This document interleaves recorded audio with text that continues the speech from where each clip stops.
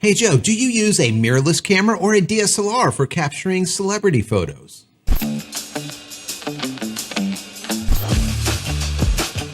Hey everybody, welcome back to the channel. Thank you so much for once again joining me for tea time. Today we have a little bit of something secret in my cup. Testing out some spices, and this will be going into my new seasonal tea. They'll be coming out in a few weeks. Watch for those. So good, so good. I hope you're joining me with your cup of tea, maybe a cup of coffee, hanging out, talking tech, talking photo, talking video. Today is a photo day. As you can tell by the title of the video, I got a question in through a DM that just basically asked me, what camera do I use for the celebrity shots that I get? So are you into the mirrorless or are you using DSLR? And I think the real question is why one or the other?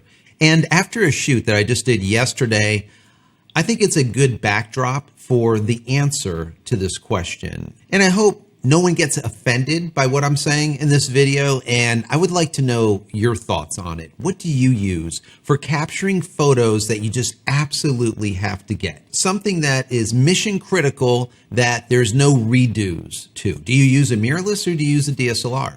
And why do you use it? I'm going to tell you why I am, and I hope that you in the comment area below this video let us all know why you use one or the other. What are those reasons? Before I get into it, I want to say that if you haven't downloaded any of my ebooks as of yet, why the hell not? They're free. Go check them out. Go over to JCristina.com/books. Once again, JCristina.com/books. Go get them. I would have to say 9 out of 10 photographers out there marry their gear, meaning that they become fanboys as soon as they purchase a new camera or a new lens or whatever the case might be. After that, they become a fan of it. It could be the camera manufacturer. You buy a Nikon and you become a fanboy. You buy a Sony or a Canon, you become this fanboy. And I think a lot of photographers out there need to justify their purchase by pumping up their tool, you know what I mean, over the next guys. Right? By saying this one is absolutely by far the best because I bought it, right? I couldn't be wrong. It's not possible. And I'm just not like that. I will use whatever the best tool is for the job. And that's where this video, I think, begins. So today I want to give you a real world story, let's say, something that happened yesterday. And compare the difference between using a Canon EOS R, which is a mirrorless camera, and the Canon EOS 5D Mark IV.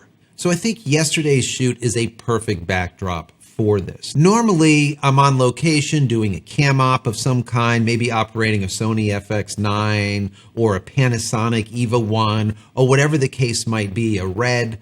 And yesterday, it was more of a run and gun type of BTS or behind the scenes type of shoot during a celebrity interview. So instead of me recording it, I'm actually doing the behind the scenes photo shoot. So the question is, did you use the 5D Mark IV or did you use the EOS R? Now, I do have 1Ds, so when I do sports, action, wildlife, that type of stuff, the 1Ds are just more suited. They're quicker.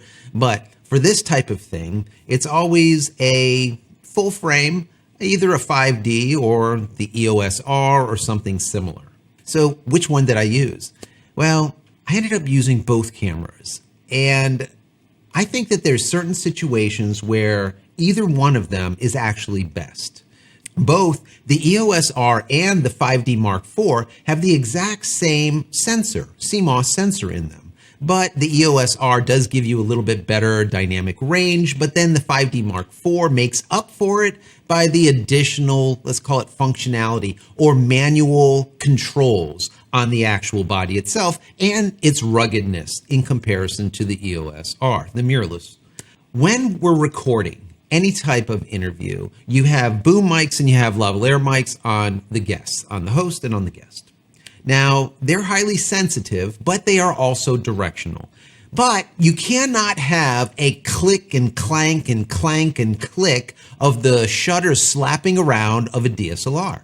There's no way to do that. Now, in the past, we would do it by attaching a 70-200 or maybe a 300 millimeter lens and go to all the way to the back of the set and be able to shoot from there. You really don't get good shots like that. You need to be in tight, right?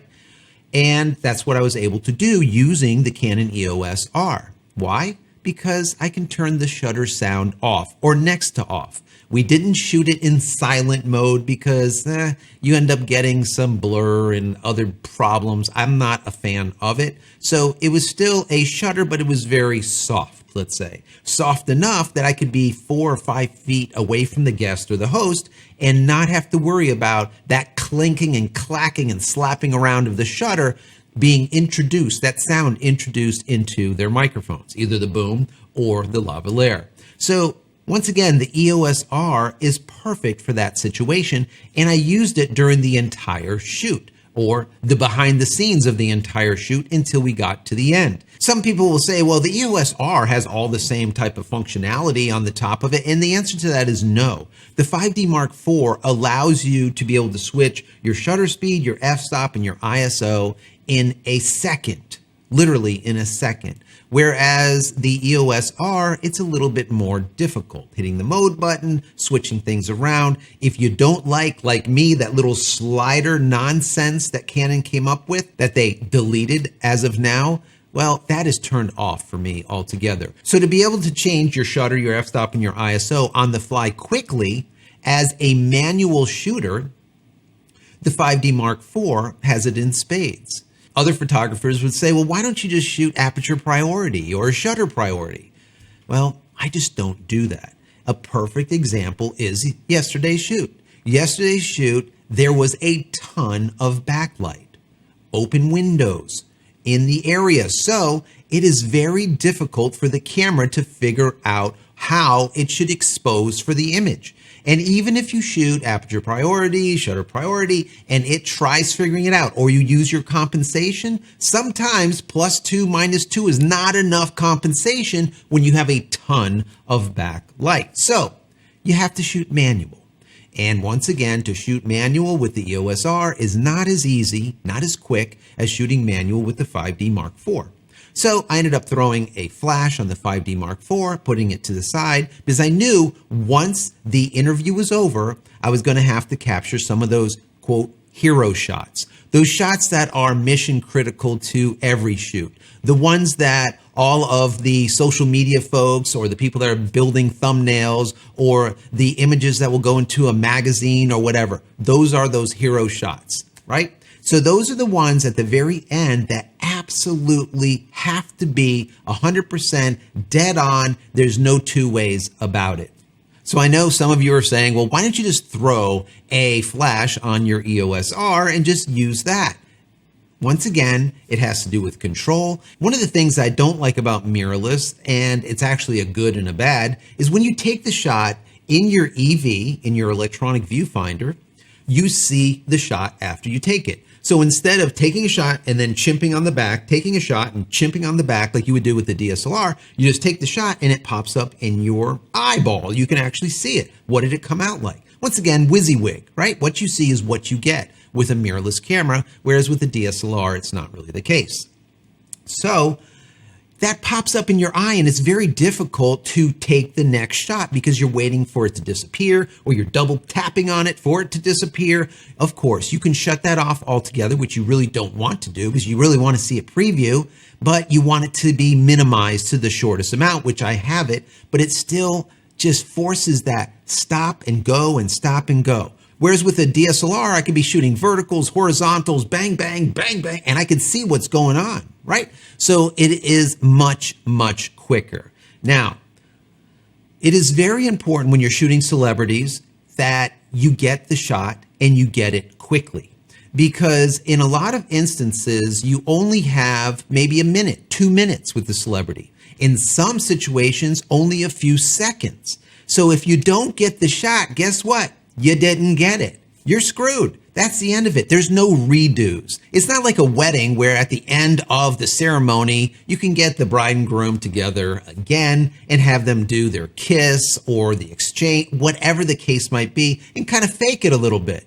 There's no faking it with the celebrities because they're gone. That's it. You have their security team come and grab them and whisk them away, and that's the end of it. Right? Very small amount of time that you have with them and zero margin for error. Once again, that is the reason why I will pick up the DSLR every time in those situations. Now, are there other mirrorless cameras that have full manual control dials? Yes, there are. All right. So this is for this case only. But no matter how you look at it, the mirrorless cameras are usually not as rugged as the DSLRs. You do have the EVF type of issue where a lot of photographers that come from DSLRs, they don't like not actually seeing out of the lens itself and seeing this augmented reality type of thing. They don't like it as much. So there's a lot of things that a DSLR is good for in comparison to a mirrorless. And like I said, there's a lot of things that a mirrorless is much better for. Perfect example is silent shooting. So I guess the short answer here is use the tool that best fits the task at hand. Sometimes that means that instead of using one tool, you use multiple tools, like what I did with this shoot. Many times I will go to a shoot with 2, 3, sometimes 4 cameras. Sometimes it's the exact same camera, multiples of, with different lenses on it, so I don't have to change lenses in between shots. There is things that we do as a professional photographer that an amateur or a pro-am is not going to do. Where I would have, let's say, 2 or 3 5D Mark IVs and maybe one 1D on a specific set or on a specific shoot, other people will just have one camera. So once again, there is really no best camera that does everything. There's just better cameras for doing certain things. And making that selection and understanding why you're making the selection, I think, is most important out of everything. Once again, I like to tell you guys the why behind what I'm telling you in comparison to just a how I do things, because the why is most important. Hopefully you can learn something from it and then use it with your photography.